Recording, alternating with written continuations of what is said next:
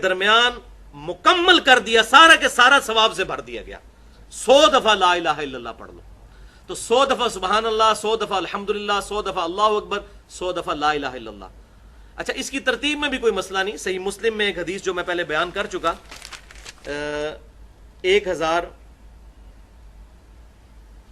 5601 کہ آپ صلی اللہ علیہ وسلم نے فرمایا کہ اللہ تعالیٰ کو یہ 4 کلمات محبوب ترین ہیں۔ اس میں آگے الفاظ ہیں چاہے ان کو آگے پیچھے کر کے بھی پڑھ لو، اس کا ثواب اسی طرح رہے گا۔ یعنی یہ ترتیب ضروری نہیں ہے کہ آپ نے پہلے سبحان اللہ ہی پڑھنا ہے، پھر الحمدللہ پڑھنا ہے، پھر لا الہ الا اللہ یا اللہ اکبر۔ یہ ترتیب کسی بھی ترتیب سے پڑھو تمہیں نقصان نہیں دیں گے۔ یہ صحیح مسلم 5601 نمبر حدیث میں موجود ہے۔ البتہ جو سنت طریقہ ہے وہ یہی ہے کہ تسبیحات کو ہم جب صلاۃ التسبیح میں پڑھیں گے تو سبحان اللہ والحمد للہ ولا الہ الا اللہ واللہ اکبر پڑھیں گے۔ اب ان تسبیحات کو یاد کرنا بھی کوئی مشکل نہیں، تسبیحات فاطمہ سب کو آتی ہیں، 33 دفعہ ہم سب پڑھتے ہیں، بس صرف ایک ایک واو لگانی ہے بیچ میں، سبحان اللہ والحمد للہ، اور لا الہ الا اللہ پہلے آ جائے گا، ولا الہ الا اللہ واللہ اکبر۔ لا الہ الا اللہ ہمارا بیسک کلمہ ہے۔ تو یہ 4 کلمات ہیں جو آپ پڑھ لیں گے تو صلاۃ التسبیح کے اندر آپ کو اذکار اویلیبل ہوں گے۔ اب آتے ہیں صلاۃ التسبیح کی طرف۔ ایک دفعہ شوق اور محبت کے ساتھ دروشی پڑھ لیجئے۔ اللہم صلی علی محمد وعلی آل محمد کما صلیت علی ابراہیم وعلی آل ابراہیم انک حمید مجید۔ اللہم بارک علی محمد وعلی آل محمد کما بارکت علی ابراہیم وعلی آل ابراہیم انک حمید مجید۔ بھائیو، صلاۃ التسبیح اہل سنت کی بڑی بڑی 4 کتب کے اندر صحیح سند کے ساتھ موجود ہے۔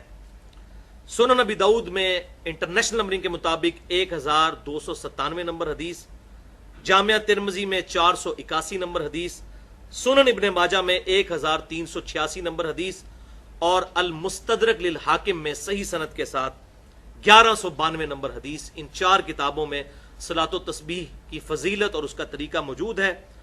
اور اس حدیث کو امام ذہبی رحمۃ اللہ علیہ نے بھی صحیح کہا، امام مسلم رحمۃ اللہ علیہ نے بھی صحیح کہا، امام ابو داؤد رحمۃ اللہ علیہ نے بھی صحیح کہا، اسی طریقے سے امام ابن حجر عسقلانی رحمۃ اللہ علیہ نے بھی صحیح کہا۔ اور دور حاضر میں بڑے بڑے جو علماء ہیں، شیخ احمد شاکر رحمۃ اللہ علیہ، شیخ البانی رحمۃ اللہ علیہ، اور شیخ زبیر علی زئی رحمہم اللہ اجمعین، تمام کے نزدیک یہ حدیث صحیح ہے۔ اور آپ حیران ہوں گے، یہ ان چند احادیث میں سے ہے جن احادیث کے دفاع پر محدثین نے پوری پوری کتابیں لکھی ہیں، کیونکہ کچھ لوگوں کو یہ حدیث ہضم نہیں ہوئی کہ اتنی بڑی فضیلت کیسے ہو سکتی ہے ایک نماز کی، اور میں سمجھتا ہوں ہو سکتی ہے، یہ نماز شیطان پڑھنے ہی نہیں دیتا۔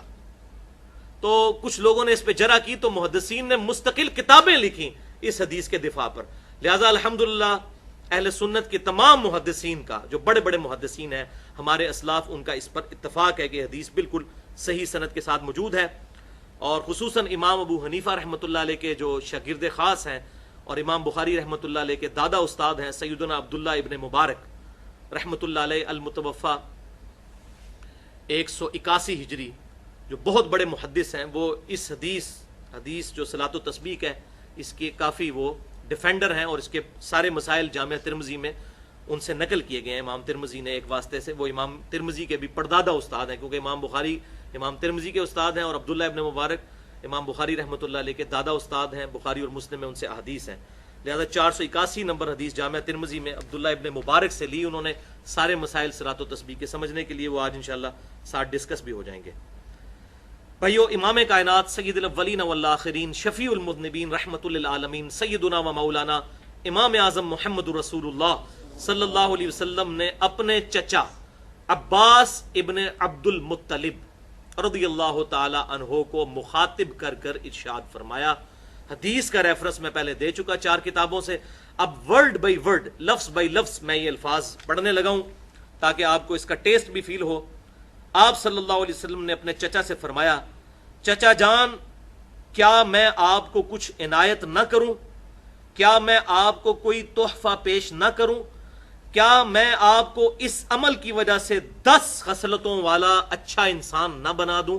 یہ 10 خصلتیں اس میں آ جائیں گی، جوڑوں کی شکل میں 5 جوڑے آئیں گے اور وہ 10 خصلتیں بن جائیں گی۔ میں گنتا جاتا ہوں۔ تو پھر آپ صلی اللہ علیہ وسلم نے ارشاد فرمایا کہ جب اے چچا جان آپ یہ عمل کر لیں گے تو نمبر 1، اللہ آپ کے اگلے اور پچھلے، نمبر 2 پرانے اور نئے، نمبر 3 جان بوجھ کر کیے یا انجانے میں کیے، نمبر 4 چھوٹے اور بڑے، چھوٹے اور بڑے کبیرہ بھی، اور نمبر 5 چھپے ہوئے اور ظاہر، تمام گناہ معاف کر دے گا۔ اب یہ 5 جوڑیاں آئیں اور 10 خصلتیں جو آپ صلی اللہ علیہ وسلم نے ارشاد فرمائی تھی وہ اس میں پوری ہو گئی، الحمدللہ۔ مجھے بتائیں یہ فضیلت آج تک کسی عمل کے لیے سنی؟ صرف 50 منٹ سے 1 گھنٹے کا عمل ہے، اگر آہستہ آہستہ کریں، تھوڑی سپیڈ سے کریں تو 40 منٹ میں۔ اللہ اکبر۔ پھر آپ صلی اللہ علیہ وسلم نے ارشاد فرمایا چچا جان 4 رکعتیں اس طرح ادا کریں نفل نماز کی کہ ہر رکعت میں سورۃ الفاتحہ اور ایک سورت پڑھیں، اور جب آپ قرات سے فارغ ہو جائیں تو قیام کی حالت میں یہ کلمات 15 دفعہ پڑھیں، سبحان اللہ والحمد للہ ولا الہ الا اللہ واللہ اکبر۔ بس یہ ایک جگہ ہے جہاں پر 15 دفعہ پڑھنا ہے، باقی پوری نماز میں 10 دفعہ، قیام میں 15 دفعہ، سورت سے فارغ ہونے کے بعد رکوع میں جانے سے پہلے۔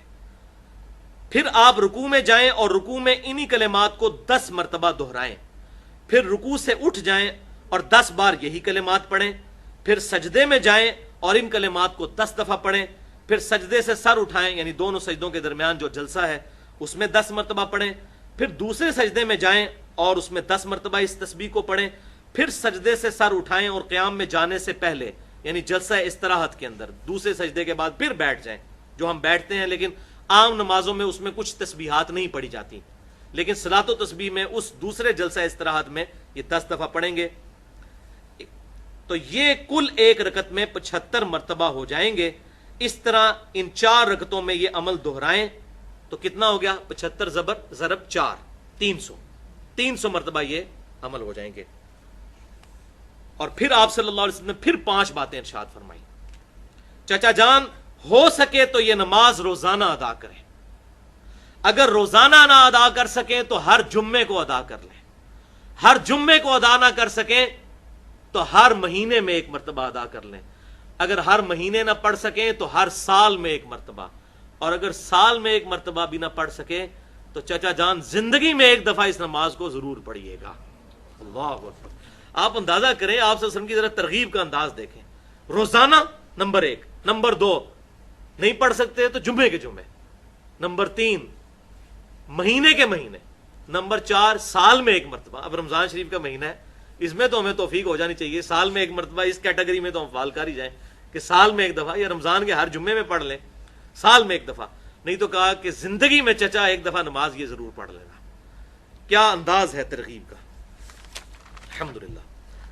اب اسی کانٹیکسٹ میں آخر میں صلاۃ و تسبیح سے ریلیٹڈ 8 صحیح احکام و مسائل بیان کروں گا، تاکہ اس میں جو اختلافی مسائل ہیں وہ بھی کور ہو جائیں، جو کیوریز ہیں وہ بھی ریزالو ہو جائیں، لیکن ایک دفعہ طریقے کو ریپیٹ کر لیتے ہیں۔ قیام کی حالت میں ہم نے 15 دفعہ رکوع میں جانے سے پہلے یعنی سورت ملانے کے بعد اس کو پڑھنا ہے، سبحان اللہ والحمد للہ ولا الہ الا اللہ واللہ اکبر۔ اس کے بعد رکوع میں جانے کے بعد رکوع کی تسبیحات پڑھنے کے بعد وہ آگے آ بھی جائے گا، 10 دفعہ پڑھنا ہے۔ کتنے ہو گئے؟ 25۔ پھر رکوع سے سر اٹھا کر ربنا لک الحمد کہہ کر 10 دفعہ، 35۔ پھر سجدے میں سبحان ربی الاعلیٰ کے بعد 10 دفعہ، 45۔ پھر 2 سجدوں کے درمیان ربی اغفر لی پڑھنے کے بعد 10 دفعہ، 55۔ پھر دوسرے سجدے میں سبحان ربی الاعلیٰ کے بعد 10 دفعہ، 65۔ پھر دوسرے سجدے سے سر اٹھا کر پھر بیٹھ جاتے ہیں جلسہ اس طرح، جس کا بخاری میں حکم ہے 6251 نمبر حدیث میں، تو یہ ہو جائیں گے پھر 75 مرتبہ، جب ادھر بھی 10 دفعہ پڑھ لیں گے تو ایک رکعت میں 75 مرتبہ اور 4 رکعتوں میں